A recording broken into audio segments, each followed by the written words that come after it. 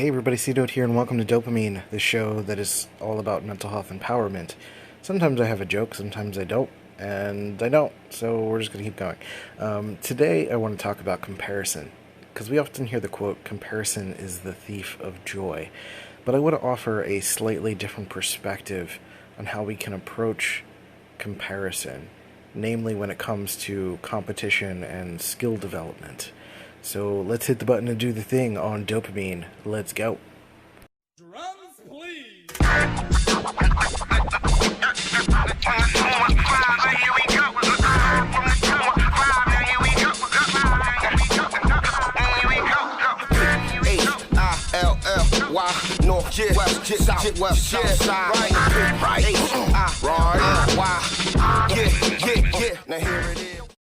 All right, friends, so I have been recording with Anchor for over 2 years now. They are the experience that I've stuck with the longest, since probably 2017 now. And they've been amazing because they are a free platform for creating your podcast. They have creation tools that allow you to record and edit your podcast right from your phone or your computer. Anchor will distribute your podcast for you, so it can be heard on Spotify, Apple Podcasts, and many other platforms. And you can make money from your podcast with no minimum listenership. That's what this is. This is a sponsorship ad for Anchor. And it's everything you need to make a podcast all in one place. So all you really need to do to get started is have your phone or have a computer and download the free Anchor app or go to anchor.fm to get started and record that first episode today. Put your ideas out into the world, regardless of what they are. I think some people, you'll find your people and it'll be great. So let's do this. Anchor.fm. Go ahead. All right, welcome back to the show. If this is your second or third episode that you've listened to, I would appreciate if you go into iTunes or wherever you're listening to this, leave a rating and a review. That would be really helpful. There hasn't been a review in a while for this podcast, and it really helps me to know that you're listening. And I really like to know a little bit of your story. And if there are things, topics, requests that you would like me to talk about, you certainly can reach out about that and hit me up at Let's Go C.Note and just let me know that you like the show, because it keeps me wanting to do it. Today on the podcast, I want to talk about comparison. And I've been thinking about this a lot because I've been working on a concept called the conflict ladder, which involves a lot of comparison. Combining it with concepts of like the drama triangle, the empowerment dynamic, all this stuff that I do in terms of Myers-Briggs development, personality stuff, and then also thinking about some of my personal relationship with competition. I'm a very competitive person, and competition pushes me, but sometimes when I talk about competition, you get that response of like, comparison is the thief of joy, don't compare yourself to people. And that's sort of like a surface level advice that people give you, especially when you're creating art or you're doing some sort of work that involves personal skill development. Like, don't look at what other people are doing, just focus on yourself. And to a degree, that's true. I think you should focus on yourself. But there's something very visceral and powerful about some forms of comparison, especially in an empowering sense, when it comes to competition, to push yourself, having a healthy rivalry. It's like sports teams, Yankees, Red Sox, or Goku and Vegeta.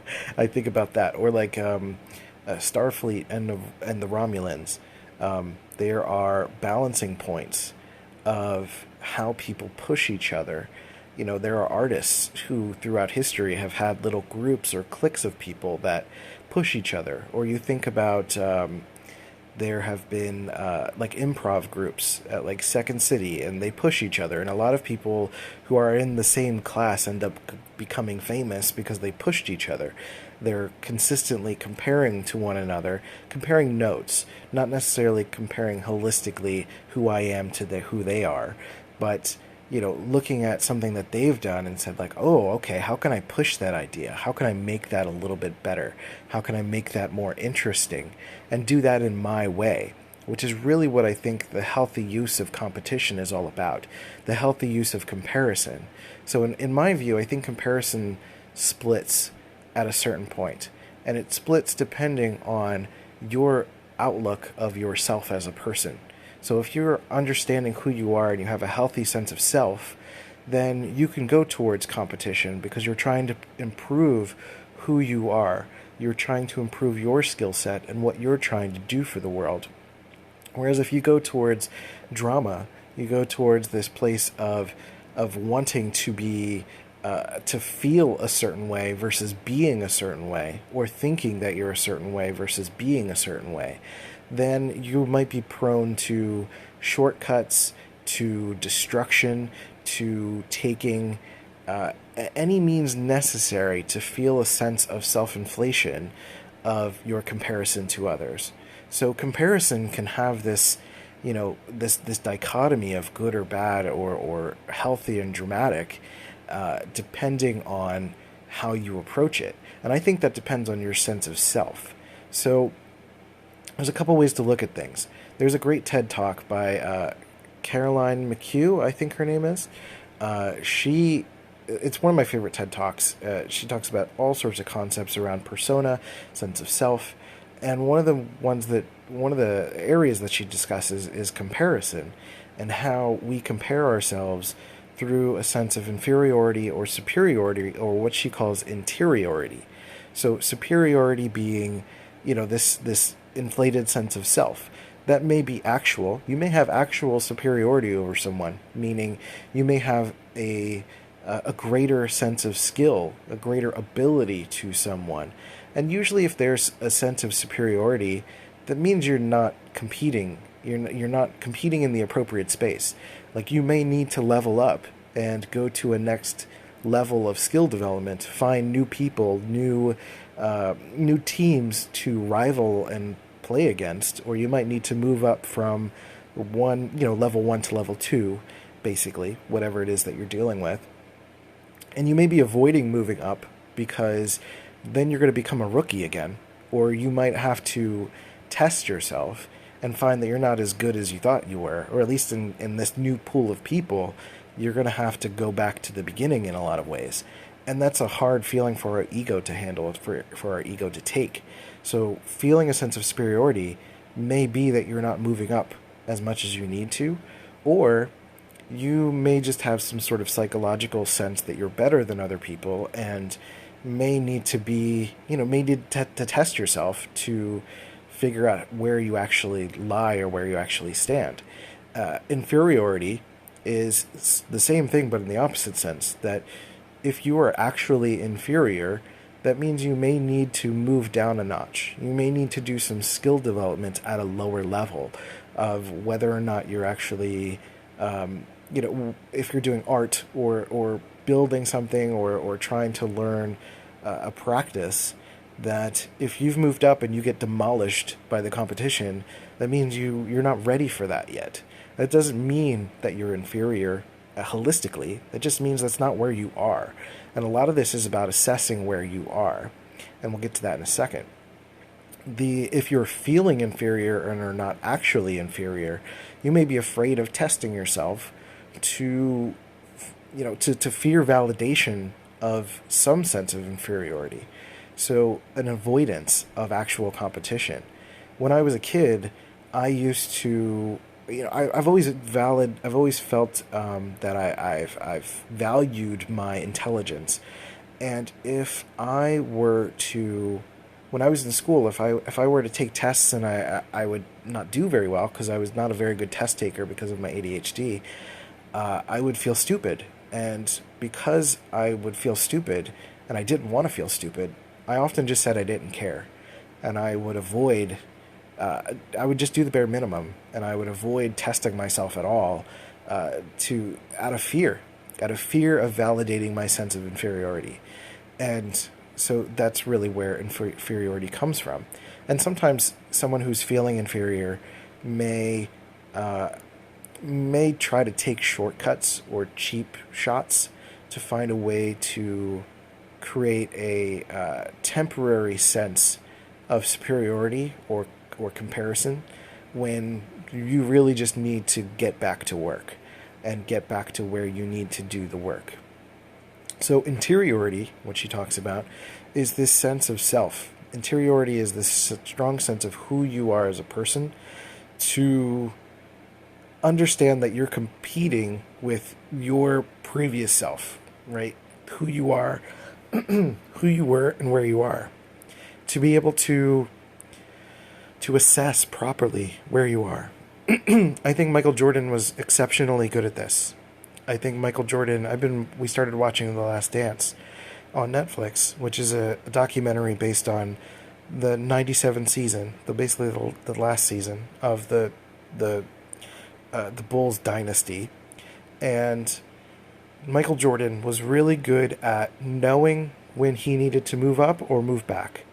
And his sense of his own skill level, which was phenomenal as it was, but if he stayed in college when he was ready for the pros, he may have developed this sense of superiority in college that kept him, may have made him disinterested in the game. It may have had him completely crush the competition so much that he would not have had, a sense of drive to go forward.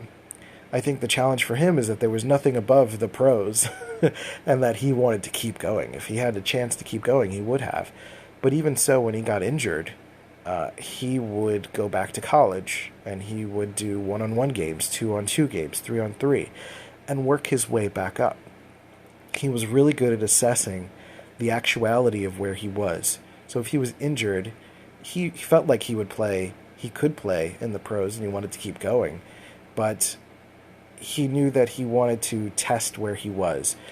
Goku is really good as a character that does this. He will assess himself compared to the competition. So even if he could go full bore, which is a really good for anyone who's like a martial artist, that's part of what you do. You're not trying to just destroy. You're trying to figure out how you compare. And so Goku could just go to his max level and fight someone, but he needs to test someone's skills. He needs to see where they're at and not just approach it with a sense of arrogance, because then you'll be quickly destroyed. The sense of inferiority can sometimes come up with the Vegeta character, where at one point these two characters, they've developed a rivalry over time and they compete with each other and they push each other. And at one point during the Buu saga, Vegeta decides to take on external magic to try to inflate himself to compare to Goku. And he's already done his own, Vegeta has already done his own training, but he decided that in order to properly surpass and compete against Goku, he needed external help, which is basically the equivalent of taking steroids. It's the equivalent of a cheat code that helped him in the short run, but in the long term, he still has to train. He still has to do the work. And part of doing the work, part of training, part of assessing where you are to be able to properly compete is that if you skip steps, you may not know how to train when you get to that new level because you may not have integrated past lessons that you would learn by developing that skill in a previous place. So that's super important to think about. This also translates to enemies, that if you have an ideology and you are comparing that ideology with another person, let's say you have, it's a political ideology or religion or something like that. I'm not going to use specifics, but if you have a sense of where you are and where someone else is, if you have this feeling of someone being an enemy of yours, or like, let's say you're competing for someone's affection, you know, it's not necessarily trying to literally stack up to who they are. You're not trying to become the other person. But through that competition, you can get a sense of what the other person appreciates about them, and then you can adapt some of those things in yourself and see how that translates to you. Maybe the comparing for the love competition is not the best comparison, but I think about Starfleet and the Romulans in The Next Generation, Star Trek The Next Generation. They are of basically equally matched, equal skill level, equal competition, size, scope, territory, intelligence, firepower. All of these elements make for a sense of comparison that they're constantly sizing each other up. If one had a sense of arrogance, they would go in and try to just decimate the other and get destroyed. Or if one felt inferior to the other, they would just wave the white flag and submit. But by properly assessing weapons, by where they are, the territory they're taking up, it's a chess game where they kind of move and they're kind of keeping each other in check, keeping each other in balance. And that balance pushes each other to grow, to eventually, eventually the goal would be for them to move on from each other. You're not going to stay in this stalemate forever. While we think of like Yankees and Red Sox, for example, the teams themselves are always changing because the players are changing. The players are growing, the organization's growing and changing, and it's ever dynamic. And at some point, there is a major slip. The Red Sox will be at the bottom and the Yankees will be at the top, or vice versa, in terms of the rankings.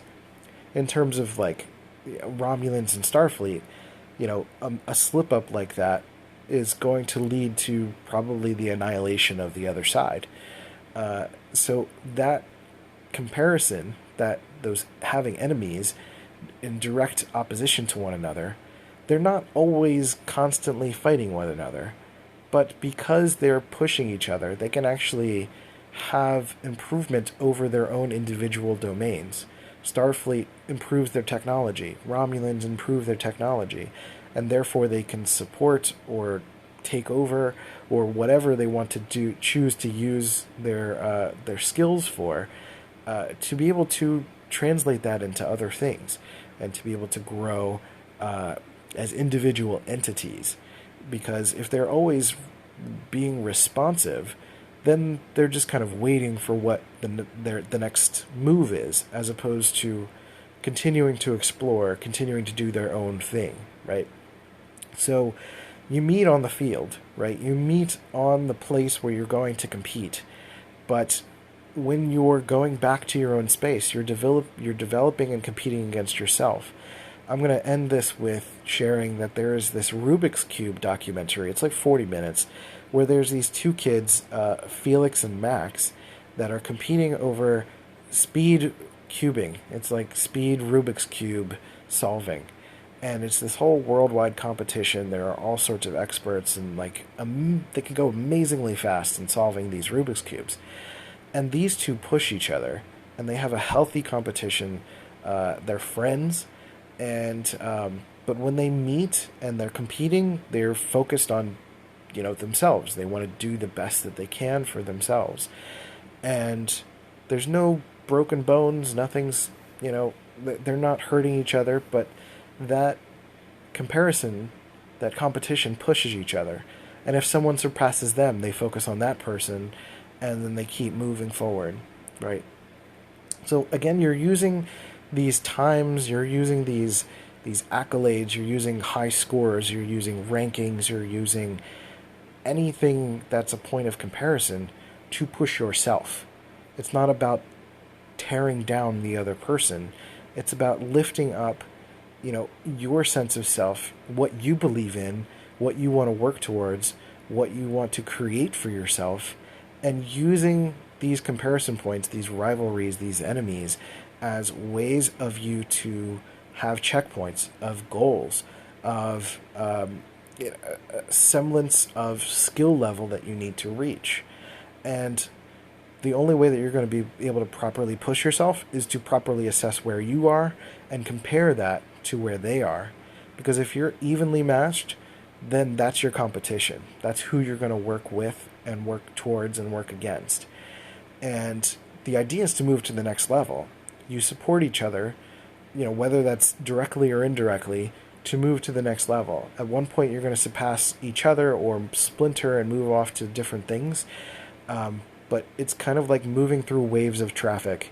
You find your way through traffic, and then there's open road, and then you find another cluster of traffic, and you kind of weave through it. You go through it and go to another cluster of traffic. At that point, who's with you in that cluster? That is your competition. Those are the people that you're going to be moving with and moving through, and usually there's a sense of community that sometimes happens within competition, within healthy competition, right? So I want you to think about those things. Think about the Red Sox Yankees, high scores, Goku and Vegeta, Michael Jordan, all these great Olympians and players and athletes. Like, even me doing this podcast, I have mentors and people that I work with, but I have competition. I have people who are also talking about mental health. I have people who are also talking about personality typology. I have people who are coaches who are creating digital presences out there, and I'm always trying to compete about how I can improve my presence. How can I look at the thumbnails that they're making and make mine a little bit more attractive or better, or write a better description, or write a better tagline or headline and or title. I'm always thinking about those things. How can I improve my sense of myself by not only just, I'm not just copying and pasting their titles. I'm looking at what's catching attention for them and then translating that through my skill level and using that as a way for me to elevate myself. And that's really what the idea is here, is to, like, how can we take these external comparison points, filter that through our sense of interiority, our sense of self, and be able to then create something new out of that to, push the envelope. That's what it's all about.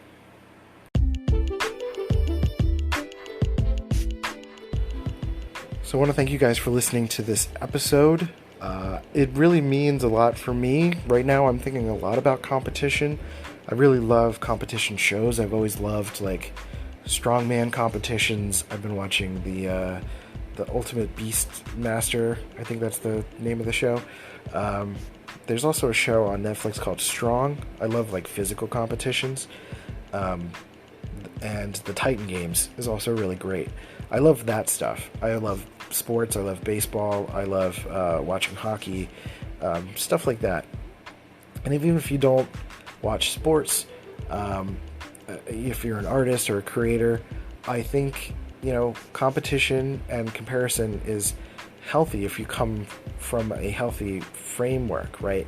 You're not you're not getting to a place of envy. You're getting to a place of, like, wonder and excitement. Like, if you see that this person is so skilled beyond your level, it's like, whoa, that's rad. I want to be able to get to that place. And you use that person as a mentor. I think about that with Personality Hacker. They have had so much success with their business, and I'm trying to build something similar to that. I'm not in direct competition with them, but that's a beacon for me. That's something that I look towards, and I look up to them. They're great friends of mine. And that's what allows me to move forward. So one of the things that I mentioned is being able to calibrate to where you are. So if you're struggling with calibrating to where you are right now and really redefining this sense of competition for yourself, I implore you to sign up for a coaching session with me. We can either do a profiling session to get to know your personality type, or you can select one of my other coaching options for, like, digital presence, or if you're not sure which one fits, just pick one and it's fine. It's really just a general coaching session to try to figure out, this place of comparison. Who is your competition? And how can you define your relationship with that? So go to calendly.com/DOPEamine, DOPEamine, to go sign up for that. You can sign up for a profiling session there or a coaching session, and we can work out where you are with this, calibrate to your center, and then be able to figure out, your ambition point. What are you trying to work towards? And sometimes even just brainstorm, figure out what to do next, because it's easy to get stuck. And the point of all of this is to try to help you get unstuck and be where you are and focus on where you are. So with all that said, we've got other stuff on our website at dopeamine.life, DOPEAMINE, articles, other podcast episodes. We have a YouTube channel. You can search for us on there. And we have programs for INTPs and other personality types. And you can also take our personality chatbot test to figure out your personality type that way. So with all that said, Rating and review, subscribe, all that good stuff. Share this with a friend who might need to hear it. And that's it. So take care of yourselves and each other. And I'll catch you next time on DOPEamine. See ya. This has been a C.Note Media production.